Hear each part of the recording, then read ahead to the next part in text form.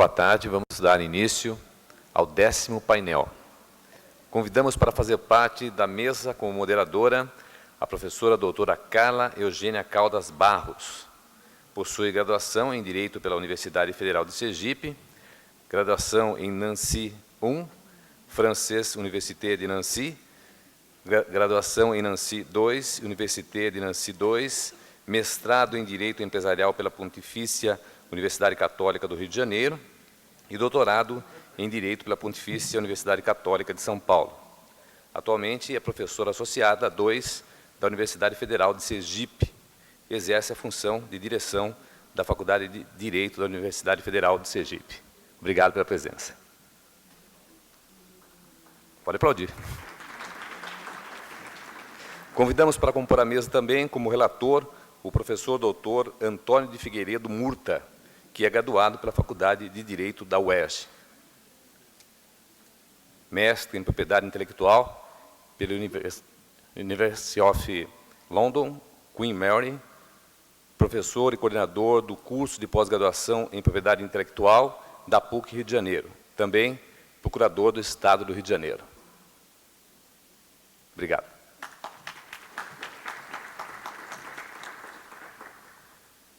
Também convidamos para integrar a mesa, como revisora, doutora Sônia Maria Delbu, advogada em São Paulo. Foi assessora jurídica do Grupo Abril e é coordenadora da Comissão de Direitos Autorais da BPI. Obrigado. Associação Brasileira de Propriedade Intelectual. Com a palavra, a professora, doutora Carla Eugênia Caldas Barros. Obrigado.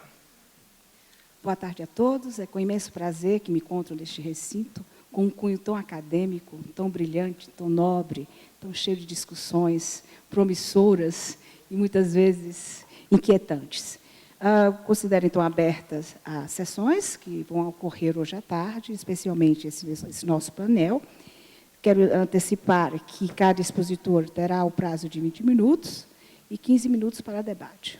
Por favor, eu gostaria de passar, então, a palavra à professora Sônia Delbu.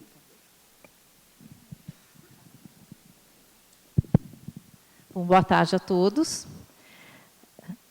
Neste painel 10, nós vamos falar da utilização de obras intelectuais, fonogramas 2, e tendo em vista que são, na verdade, 4 capítulos, nós decidimos dividir para agilizar um pouco. Então, o capítulo 6, da utilização da obra audiovisual, e o 7, da utilização da base de dados, ficará com o professor Murta, que vai ficar para depois, né? E eu vou ficar com a parte da utilização da obra coletiva, que não mudou nada, na verdade, da reprografia, que é a parte mais polêmica.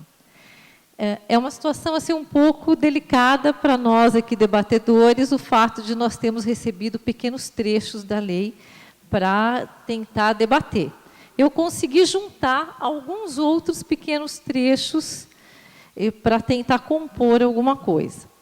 No que tange à utilização da obra coletiva, esse capítulo 6, na verdade, eu não sei se estão mostrando aqui, ele não mudou praticamente nada do que havia na lei anterior. Porém, eu acho que a coisa importante dentro da obra coletiva estava no artigo 44, que já foi comentado, que era sobre o prazo de proteção.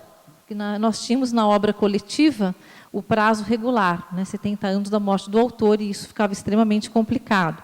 E hoje nós temos, no artigo 44, obras audiovisuais, fotográficas e coletivas, com o prazo de 70 anos a partir da sua publicação. Então, essa eu achei que foi a mudança positiva que entrou na parte de obra coletiva. Quanto ao artigo 88, nada mudou, então não vou nem fazer comentários.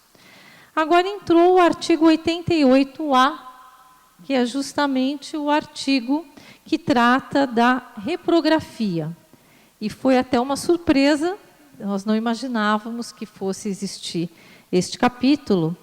E o capítulo da reprografia, que vai ser o artigo 88A, ele trata a reprodução total ou parcial de obras literárias realizada por meio de fotocopiadora ou processos assemelhados com finalidade comercial, deve observar as seguintes disposições. Eu tenho que tentar fazer um link aqui com o artigo 46, que vocês já tiveram, em outra parte aqui. Existem cerca de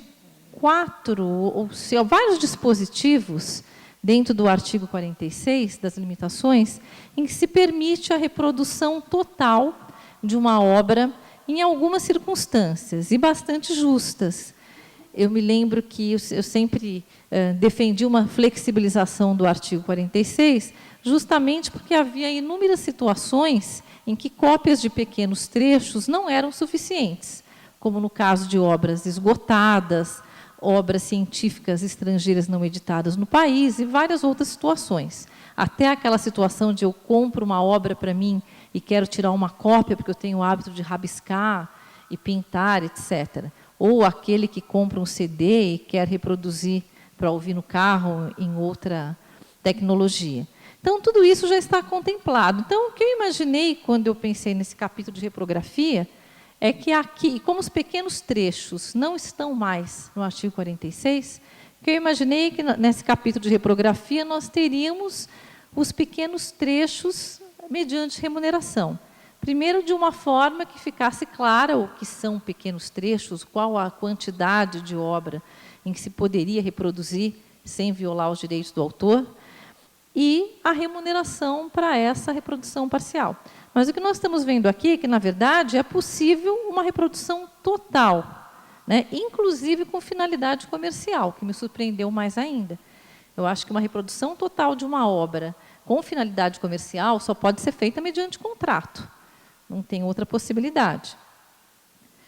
Então, eu acho que ela se justifica dentro dos casos excepcionais, que estão muito bem tratados aqui no artigo 46, com as alterações propostas, e alguma outra situação excepcional que eventualmente não tenha sido tratada, mas que deveria, de repente, estar tratada no artigo 46. E essa questão, que é essa finalidade comercial? Porque quando eu penso numa fotocopiadora, eu preciso de uma cópia de um trecho de uma obra, ou aqui está dando a possibilidade de uma obra integral. Quando eu procuro uma empresa reprográfica, o que ela faz é uma prestação de serviços. Se eu vou numa biblioteca, não há sequer a finalidade de lucro ali. A biblioteca vai remunerar pelo seu serviço e pelos gastos que ela vai ter, com papel, toner, máquina e tudo mais. Então, é bastante delicado imaginar o que seria essa finalidade comercial. Talvez a ideia fosse com o intuito de lucro.